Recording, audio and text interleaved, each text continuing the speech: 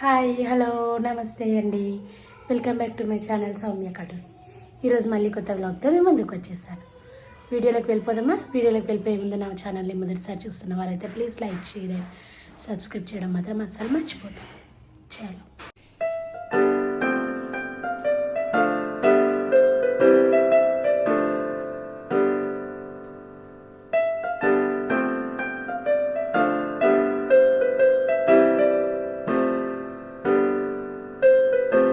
ఈరోజు రెసిపీ వచ్చేసి tomato rice. చాలా టేస్టీగా హెల్తీగా ఈజీగా చేసేసేద్దాం వచ్చేసేద్దాం. దానికి కావాల్సిన మెయిన్ ఇంగ్రీడియంట్స్ వచ్చేసి టమాటోస్ అండ్ పచ్చిమిర్చి, అంతే అండి.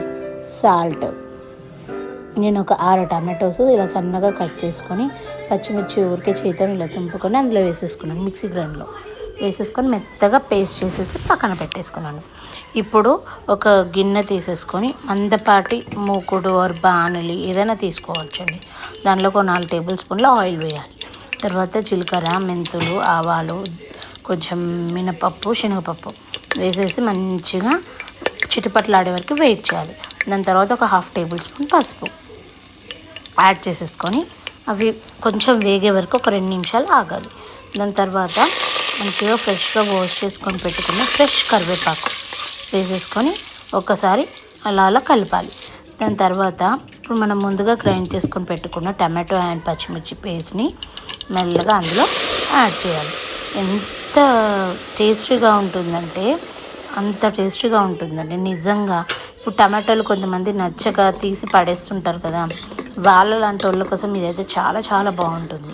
టమాటాని పేస్ట్ చేసేస్తాం కదండి, కాబట్టి అద్భుతంగా ఉంటుంది.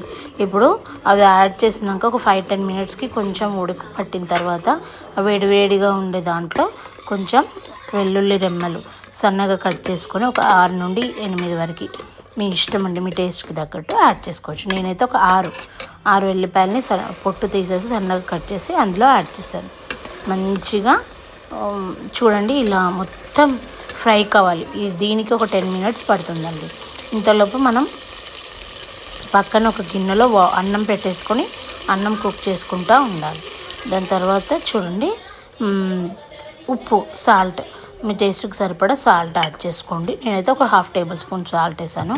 దాని తర్వాత కొంచెం నిమ్మరసం కూడా పిండుకొని ఒక గిన్నెలో రెడీగా పెట్టేసుకున్నాను. ఇప్పుడు ఉడికించుకున్న అన్నాన్ని ఇలా మొత్తం వాటర్ డ్రైన్ చేసి ఒక హోల్స్ గిన్నెలో పెట్టేసుకోవాలి. అంతలోపు మనం ఇది ఉడికేలోపు ఆ రైస్ మీద ఉన్న వాటర్ అని మొత్తం పోయిన తర్వాత మనం ఇందులో యాడ్ చేసుకోవడమే, అంతే అండి. చూడండి నేను కొంచెం లైట్గా కారం కూడా యాడ్ చేశాను. మీకు ఎక్కువ కారం కావాలంటే ఎక్కువ కూడా యాడ్ చేసుకోవచ్చు. ఇందులో కొంతమంది మసాలాలు కూడా యాడ్ చేస్తారు, కానీ నేను మాత్రం ఏ మసాలాలు లేకుండా ఈజీగా టేస్టీగా హెల్తీగా ఓన్లీ టమాటోస్ అండ్ పచ్చిమిర్చి ఉంటే సరిపోతుందండి.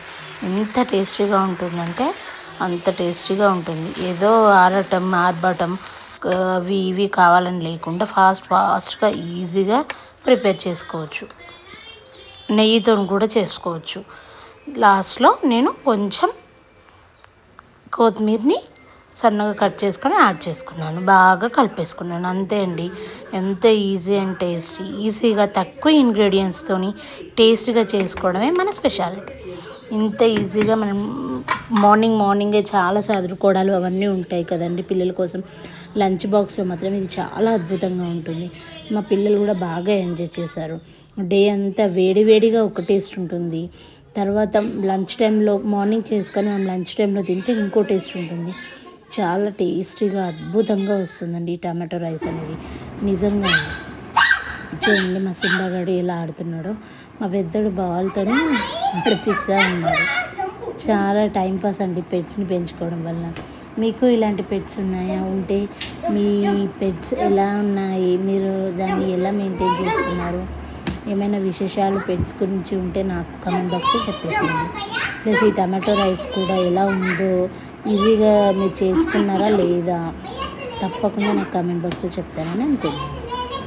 నిజంగా అండి పెట్టుండడం వల్ల అసలు చాలా టైం అనేది తెలియట్లేదు. పిల్లలు ఎంతో ఇది కూడా అంతే అండి, అసలు చాలా బాగా ఎంజాయ్ చేస్తున్నారు మా పిల్లలు. థ్యాంక్ యూ ఫర్ వాచింగ్ అండి. సబ్స్క్రైబ్.